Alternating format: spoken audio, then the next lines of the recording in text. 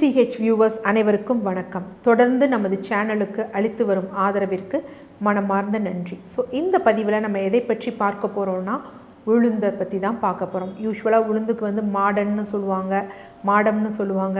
அதே மாதிரி சமஸ்கிருதத்தில் ஆயுர்வேதத்துலலாம் வந்து பார்த்திங்கன்னா மாஷம் அப்படின்னு வந்து சொல்லுவாங்க. ஸோ இந்த உளுந்து அப்படிங்கிறது வந்து பார்த்திங்கன்னா ஒரு அளப்பரிய ஒரு உணவு மருந்து அப்படின்னு கூட சொல்லலாம். உள்பிரயோகமாகவும் இன்டர்னலாகவும் எக்ஸ்டர்னலாகவும் நிறைய பலனை வந்து இந்த உளுந்து வந்து நமக்கு கொடுக்கும். ஸோ ஒவ்வொரு உணவும் பார்க்கும் பொழுது அதோடைய சுவை, தன்மை, வீரியம் பார்க்கும் பொழுது இந்த உணவு இது வந்து சுவை வந்து இனிப்பு சுவை. ஸோ தன்மை வந்து என்ன அப்படின்னு பார்த்திங்கன்னா குளிர்ச்சி, பிரிவு வந்து பார்த்திங்கன்னா இனிப்பு. அப்போ நம்ம யோசிச்சு பார்த்துக்கணும் இது யார் எடுக்கலாம் யார் எடுக்கக்கூடாது அப்படின்னு. யூஸ்வலாக இது தட்பமாக இருக்கிறதுனால கபநோய் உள்ளவர்கள் உளுந்தை வந்து அவாய்ட் பண்ணிடுறது ஒரு நல்ல விஷயம். அதே மாதிரி வெப்ப வீரியமாக இருக்குது, பாடி ரொம்ப ஹீட்டாக இருக்குது, அவங்களுக்கு இது ரொம்ப நல்லது. இப்போ இந்த உளுந்தில் என்னென்ன சத்துக்கள் இருக்குது அப்படிங்கிறத ஃபஸ்ட்டு பார்த்துடலாம். வெறும் 100 கிராம் உளுந்து, இங்கே நான் உளுந்துன்னு சொல்கிறது இந்த சத்துக்கள் வந்து முழுமையாக அந்த தோலோடு எடுக்கக்கூடிய கருப்பு உளுந்தை தான் சொல்கிறேன். ஸோ 100 கிராம் வந்து என்னென்னா 341லேருந்து 347 கேலரிஸ் கொடுக்குது. அதே மாதிரி புரதமும் அளப்பரிய புரதம். ஏன்னா கருப்பு உளுந்துனாலே 2 விஷயம். ஒன்று வந்து என்ன அப்படின்னு பார்த்திங்கன்னா விட்டமின் பி, மற்றொன்று என்ன அப்படின்னு பார்த்திங்கன்னா புரோட்டீன். இதுதான் கருப்பு உளுந்தில் முக்கியமானது. ஸோ புரதம் வந்து 24லேருந்து 25 கிராம் வந்து இருக்குது. அடுத்து மாவுச்சத்து அப்படிங்கிறது 59லேருந்து 60 கிராம் இருக்குது. ஸோ ஒரு நாளாக ஒரு 2000 கேலரிஸ் எடுக்கிறவங்களுக்கு 365 கிராம் வந்து மாவுச்சத்து தேவை. ஸோ இதில் 50லேருந்து 60 கிராம் தான்.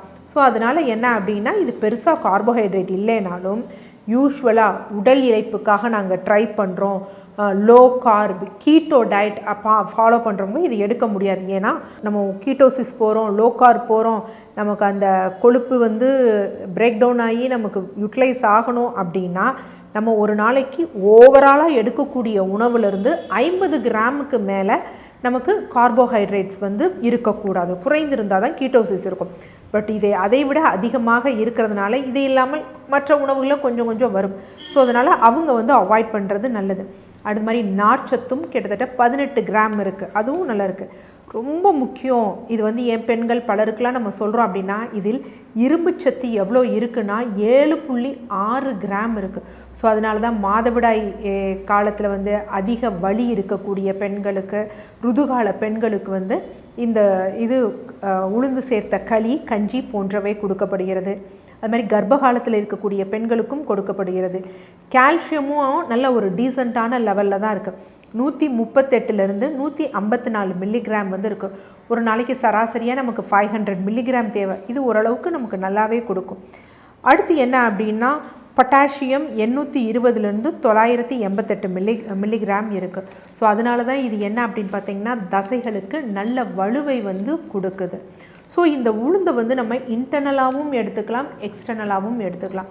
ஸோ இன்டர்னலாக நம்ம உள்ளூரை எடுக்கிறதுக்கு பதில் எக்ஸ்டர்னலில் என்ன அப்படின்னு பார்த்திங்கன்னா உளுந்து தைலம், மாஷத்தைலம் அப்படின்னு உளுந்தை சேர்த்து இருக்கும். யூஸ்வலாக வந்து பார்த்திங்கன்னா இந்த தசைவாதம் வந்தவங்க, குழந்தைகளில் வந்து பார்த்திங்கன்னா செரிப்ரல் பால்சி இருக்கக்கூடிய குழந்தைகள், அதுமாதிரி இந்த தோள்பட்டை வலி இருக்கும், கைகள் எல்லாம் தூக்க முடியாமல் இருக்கும். ஸோ அவர்களுக்கு இந்த உளுந்து தைலம், இந்த மாஷத்தைலம் இதெல்லாம் வந்து பார்த்திங்கன்னா வெளிப்பிரயோகமாக பயன்படுத்த அந்த தசை சேதம் குறைவதை வந்து தவிர்த்திடலாம். அதே மாதிரி கைகளும் நம்ம வந்து செயல்படுவது, கை கால்கள் செயல்படுவதற்கும் ரொம்ப வந்து நமக்கு ஈஸியாக இருக்கும், வலி வேதனையை வந்து குறைக்கும். ஸோ அதனால் எக்ஸ்டர்னலாக இதோட மெயின் பெனிஃபிட் என்ன அப்படின்னு பார்த்திங்கன்னா உளுந்து தைலம் இல்லைனா மாடத்தைலம் நார்மலாக வந்து சித்தா ஆயுர்வேதா மெடிக்கல் ஷாப்ஸில் வந்து இது கிடைக்கும். ஸோ இது இல்லாமல் இன்டர்னலாக நம்ம எப்படி எடுக்கலாம் அப்படின்னா வெறும் உளுந்து ஊறல் நீரே வந்து என்ன அப்படின்னா வெள்ளைப்படுதலுக்கு நல்ல ஆண் பெண் இருபாலருக்கும் நல்ல பலன் தரும். ஸோ நல்லா உளுந்தை வாஷ் பண்ணிவிட்டு ஒரு 3 டேபிள் ஸ்பூன் ஒரு டம்ளர் தண்ணீரில் இரவு வந்து ஊற போட்டுட்டு மறுநாள் காலையில் வெறும் வயிற்றில் வந்து அதை குடிச்சு கொண்டு வந்தாங்க அப்படின்னா நல்லா அவங்களுக்கு வந்து பாடி ஹீட் ஆகிறது, குழந்தையின்மையில் வந்து பாடி ஹீட்டும் ஒரு காரணமாக இருக்கும். ஸோ அது வந்து குறையும். அது மாதிரி வெள்ளைப்படுதல் போன்றவை வந்து குறைய ஆரம்பிக்கும்.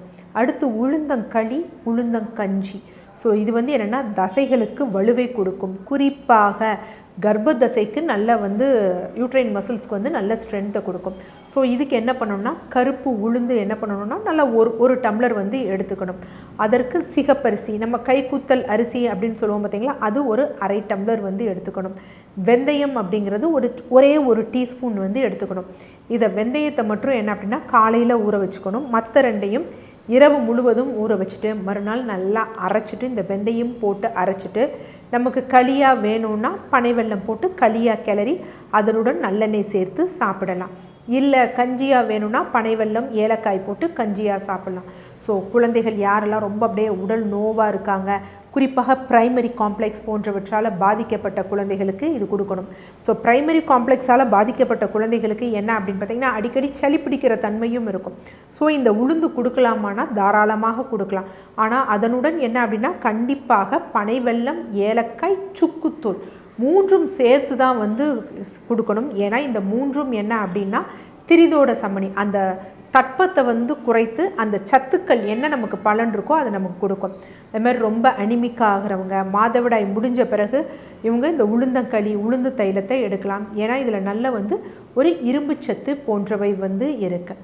ஸோ இது இல்லாமல் வேறு உளுந்த வடை சாப்பிட்லாமா, இதே சத்துக்கள் அதில் இருக்கா அப்படின்னா ஸோ உளுந்த வடை எடுத்துக்கலாம். அதுக்காக வந்து பார்த்திங்கன்னா நீங்கள் ஒரு களியாவோ கஞ்சியாவோ சாப்பிட்றப்ப நிறைய கன்சப்ஷன் இருக்கும். பட் உளுந்த வடை அப்படின்னு சாப்பிடும்பொழுது நீங்கள் ஒரு 5-6 வடை சாப்பிட்ற மாதிரி இருக்கும். ஸோ அந்த 5-6 வடை நீங்கள் சாப்பிடும்பொழுது என்னென்னா அதில் எண்ணெய், இன்னும் சிலர் என்ன பண்ணுறாங்க கிறிஸ்பியாக வரணும்னு அதோட வேறு எதையாவது சேர்க்குறது, உருளைக்கிழங்கு சேர்க்குறது, இந்த மாதிரி வழக்கம்லாம் இருக்கும். ஸோ அந்த மாதிரி இல்லாமல் ஒரு வடை 2 வடை வெறும் மிளகு அந்த மாதிரி மட்டும் சேர்த்து எடுத்துக்கிட்டாங்கன்னா ஒரு 2 வடை சாப்பிடலாம். பட் இதனுடைய பலன் முழுவதுமாக நமக்கு கிடைக்கணும்னா உளுந்தங்களி அல்லது உளுந்தங்கஞ்சி, ஸோ அந்த மாதிரி எடுத்துக்கலாம். மூட்டு வலி இருப்பவர்களும் இந்த உளுந்தங்கஞ்சி, உளுந்தங்களி அந்த மாதிரி விஷயம், உளுந்தங்கஞ்சி போன்றவற்றை எடுத்துக்கலாம். ஸோ அப்போ நரம்பு நல்லாக இருக்கணும், தசை நல்லா இருக்கணும், இல்லை எலும்புகள் ஆரோக்கியமாக இருக்கணும்னா அவர்களுக்கு இந்த உளுந்து ஒரு ஏற்ற உணவு. பிராங்கியல் ஆஸ்துமா இருக்கிறவங்க, இல்லை குளிர்ச்சி தன்மையான நோய் இருப்பவர்கள், முடக்குவாதம், நான் மூட்டு வலின்னு சொன்னேன், ஆனால் வந்து முடக்குவாதம், யூரிக் ஆசிட் போன்ற பிரச்சனைகள் இருப்பவங்க வந்து உளுந்தை தவிர்த்திடணும். ஆனால் அதே வேளையில் ஏஎஸ்ஓ டைட்டர் அதிகமாகி மூட்டு வலி இருப்பவர்கள் தாராளமாக உளுந்தங்கஞ்சியோ உளுந்தங்களியோ எடுத்துக்கொள்ளலாம். நன்றி.